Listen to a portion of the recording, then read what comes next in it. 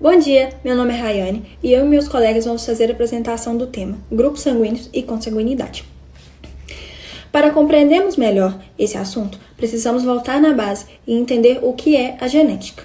A genética é o ramo da biologia que estuda os genes, a hereditariedade e como as características são transmitidas de uma geração para outra. Também, como essas informações se expressam no organismo. Todo ser vivo possui DNA, que dentro estão os cromossomos, que carregam os alelos, que vão definir características como a tipagem sanguínea, se o sangue vai ser A, vai ser AB, vai ser O, vai ser B, a cor dos olhos, a cor dos cabelos, entre outras milhares de características. E cada indivíduo diploide possui 2 alelos para cada gene, sendo um herdado da mãe e outro herdado do pai. E o dominante é o que vai determinar o fenótipo. E o que é o fenótipo e o genótipo? O genótipo é o conjunto de genes que um organismo carrega e herda de seus pais, que podem ser representados pelas letras Azão, Azão, Bezim, Bezim, Bezão, Bezim, entre outros. Já o fenótipo é o resultado da interação entre o genótipo e o ambiente. Isso fica bem explicado na imagem, visto que os irmãos gêmeos homozigotos, que possuem o mesmo material genético, têm características fenotípicas diferentes, visto que, nesse caso, um deles apresenta uma estrutura corporal totalmente diferente do outro. Agora, eu vou falar um pouco sobre as descobertas dos grupos sanguíneos. Ela foi feita em 1900 pelo médico e pesquisador Carl Steiner, pois nessa época ele percebeu que o índice de mortalidade nas transfusões era muito alta. E isso acontecia pois o tipo sanguíneo que não era compatível com o outro aglutinava quando entrava em contato, com o da pessoa. E aí ela acabava morrendo. Nisso, deu origem ao sistema ABO, que vai ser explicado com mais detalhe nos próximos slides pelos meus colegas. Já em 1940, Carl, juntamente ao médico Alexandre Wiener, identificou o fator RH, que é determinado pela existência ou inexistência de uma certa proteína específica no sangue. E essas descobertas foram muito importantes para tornar as transfusões seguras, salvando milhares de vidas até os dias atuais. O sistema ABO é um dos principais sistemas de classificação sanguínea e tem base genética bem definida. Ele é determinado por um único gene, localizado no cromossomo 9, que possui 3 alelos, IA, IB e I. Esses alelos são responsáveis pela produção dos antígenos A e B, presentes na superfície das hemácias.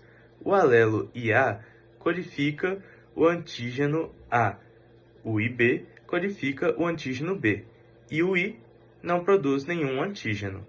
A interação entre esses alelos segue o princípio da codominância, ou seja, quando um indivíduo herda o alelo IA de um genitor e o IB do outro. Ambos se expressam igualmente, resultando no tipo sanguíneo AB.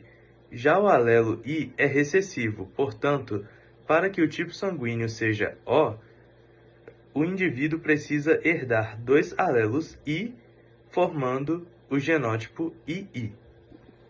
Assim, temos as combinações genótipicas e seus respectivos fenótipos, IA-IA ou IA-I, resultando no tipo A, IB-IB ou IB-I, no tipo B, IA-IB, no tipo AB e II, que vai resultar no tipo O.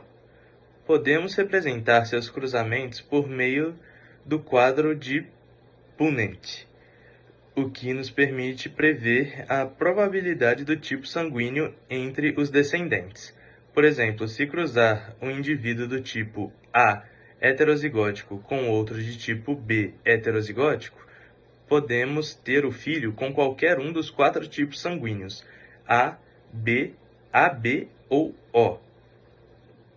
Na odontologia, esse conhecimento é de extrema importância, especialmente em situações de emergência clínica, como casos de hemorragia, acidentes durante procedimentos cirúrgicos orais ou mesmo em situações médicas inesperadas dentro do consultório. Saber o tipo sanguíneo do paciente pode auxiliar na tomada rápida de decisões e na comunicação eficiente com a equipe médica, garantindo mais segurança e eficiência no atendimento.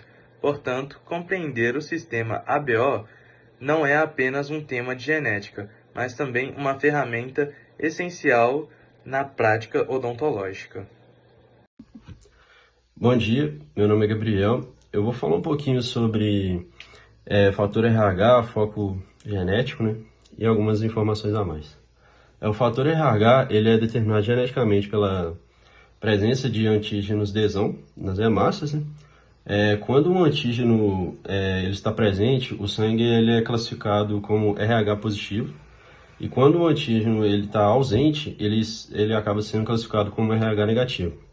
Do ponto de vista genético, o fator RH ele acaba seguindo uma herança dominante, onde o alelo desão ele domina o alelo desinho. Assim, indivíduos como genótipos desão-desão ou desão-desinho, eles são positivos, enquanto apenas os desinhos-desinho eles são RH negativos. Essas características têm grande importância clínica, né? Especialmente em caso de incompatibilidade materno-fetal. Quando uma mãe, né, RH negativa, ela gera um feto RH positivo, o sistema imune materno ele acaba produzindo anticorpos antidesão que acaba atravessando a placenta e atacam as hemácias do bebê, causando aristoblatose fetal. Hoje esse problema ele acaba sendo prevenido, né, com a aplicação de imunoglobulina antidesão em gestantes RH negativas. Agora eu vou falar um pouquinho sobre como isso envolve na odontologia. Na odontologia, compreender esses mecanismos é fundamental para garantir condutas seguras, principalmente no atendimento de pacientes gestantes.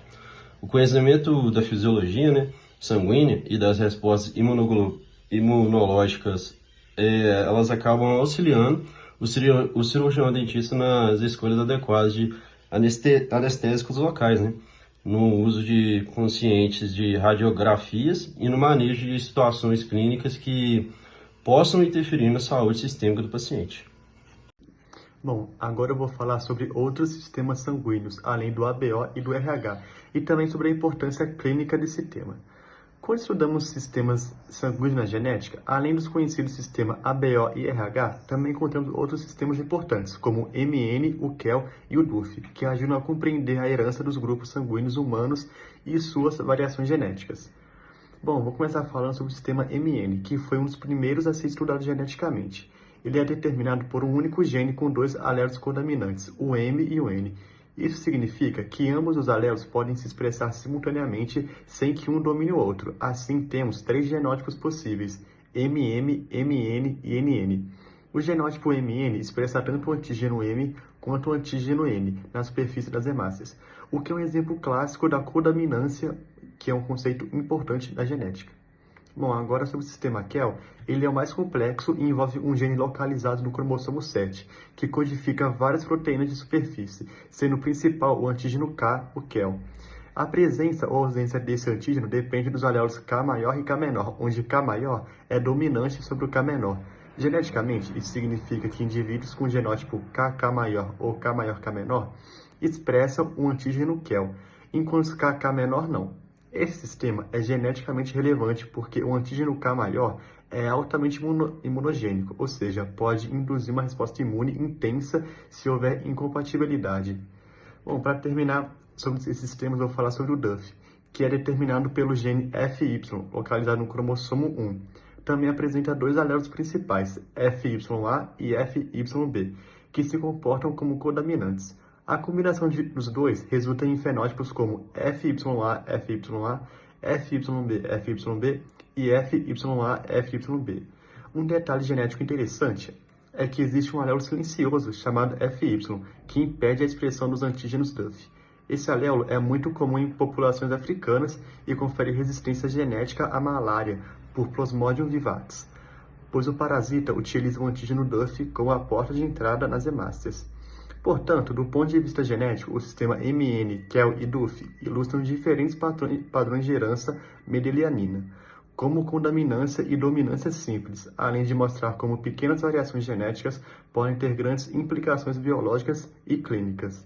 Agora, falando em transfusões, é essencial saber quem pode doar para quem. Por exemplo, o tipo O negativo é considerado doador universal, enquanto o AB positivo é o receptor universal. Se uma pessoa recebe sangue incompatível, o sistema imunológico reconhece aquelas hemácias como algo estranho e reage contra elas, o que pode causar uma reação transfusional grave, como destruição das hemácias e risco de vida.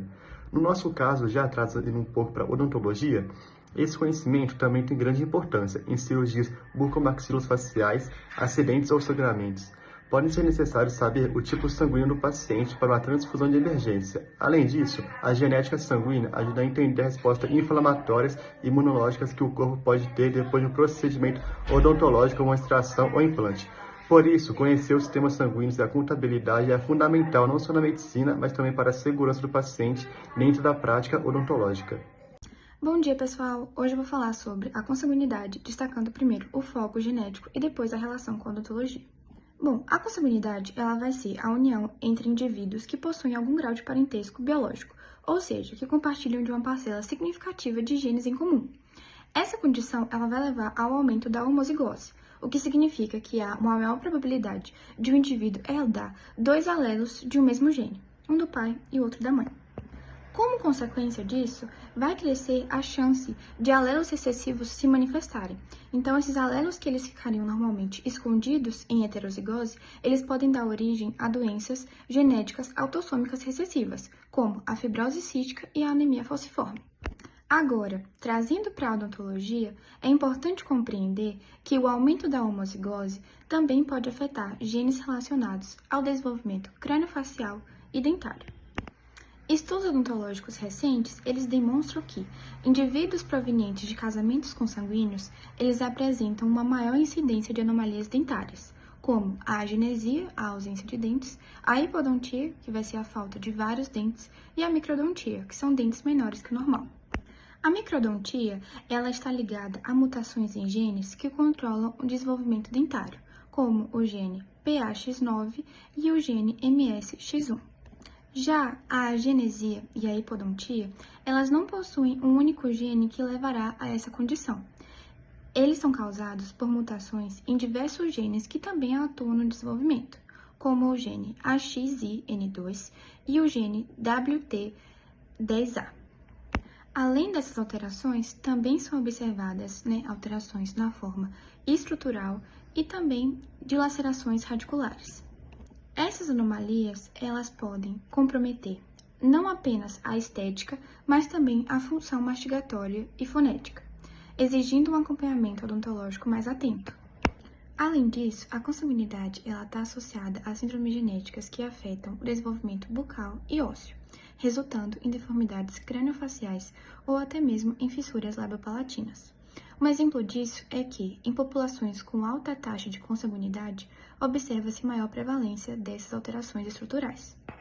Dessa forma, para o cirurgião dentista, é fundamental incluir na anamnese perguntas sobre o histórico familiar e possíveis relações de parentesco entre os pais. Essa informação ela pode ajudar a identificar riscos genéticos e orientar condutas preventivas e reabilitadoras adequadas. Por fim, entender sobre a relação entre genética e consanguinidade é essencial não só para o diagnóstico de alterações hereditárias, mas também para a promoção de saúde bucal e o aconselhamento genético, especialmente em comunidades onde os casamentos consanguíneos são mais frequentes. Bom dia, meu nome é Maria Luísa e eu vou falar um pouquinho da relação entre grupos sanguíneos e consanguinidade. Na verdade, esses dois grupos eles não estão diretamente ligados, porque a consanguinidade simplesmente aumenta a chance de doenças genéticas recessivas. Ela não afeta diretamente o tipo sanguíneo do indivíduo. A relação entre ambos está relacionada ao risco de complicações na gravidez, que envolve o fator RH, podendo ser ele positivo ou negativo. Quando ocorre a consanguinidade, ou seja, esses casamentos ou união entre pessoas com algum grau de parentesco, há uma redução da variabilidade genética dentro daquela população. Isso significa que os indivíduos acabam compartilhando genes muito semelhantes, o que aumenta a chance de alelos iguais se repetirem. No caso dos grupos sanguíneos, essa repetição pode levar a uma maior frequência de determinados tipos sanguíneos em uma população isolada ou em comunidades com alto índice de consanguinidade. Por exemplo, em grupos familiares pequenos ou em certas regiões do interior, é muito comum observar uma maior prevalência de um mesmo tipo sanguíneo, porque há o cruzamento genético entre parentes. Além disso, essa relação é importante em estudos populacionais e genéticos, pois assim eles vão ajudar os pesquisadores a compreender a origem e a distribuição dos grupos sanguíneos ao longo das gerações.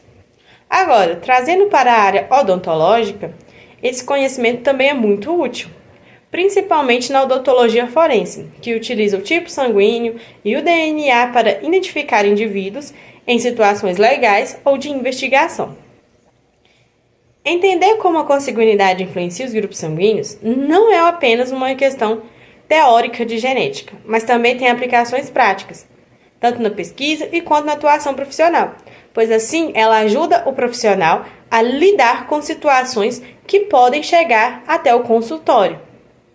Por isso, estudar a consanguinidade vai muito além da teoria. Ela também tem que ser prática, porque só assim o profissional vai ter capacidade suficiente para lidar com essas situações que podem vir a acontecer.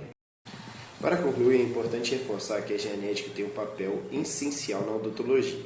Os grupos sanguíneos, como os sistemas ABO e RH, são exemplos claros de como os genes influenciam diretamente as características humanas, inclusive fatores que impactam a prática clínica.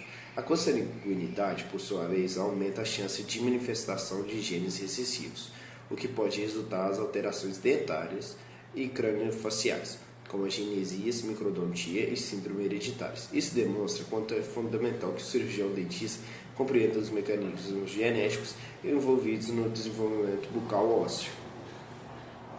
Além disso, o conhecimento genético permite ao profissional identificar predisposições a doenças bucais e sistêmicas, agir de forma segura em situações clínicas, cirúrgicas e emergenciais, e até contribuir na área forense, quando o DNA e o tipo sanguíneo ajudam em processo de identificação. Por fim, fica a mensagem principal. Entender a genética, os grupos sanguíneos e a consanguinidade é essencial para o cirurgião dentista atuar com responsabilidade, segurança e respeito à diversidade biológica de cada paciente. Essa compreensão torna a prática odontológica mais humanizada, precisa e consciente. E por fim, aqui estão as referências que usamos para fazer o nosso trabalho.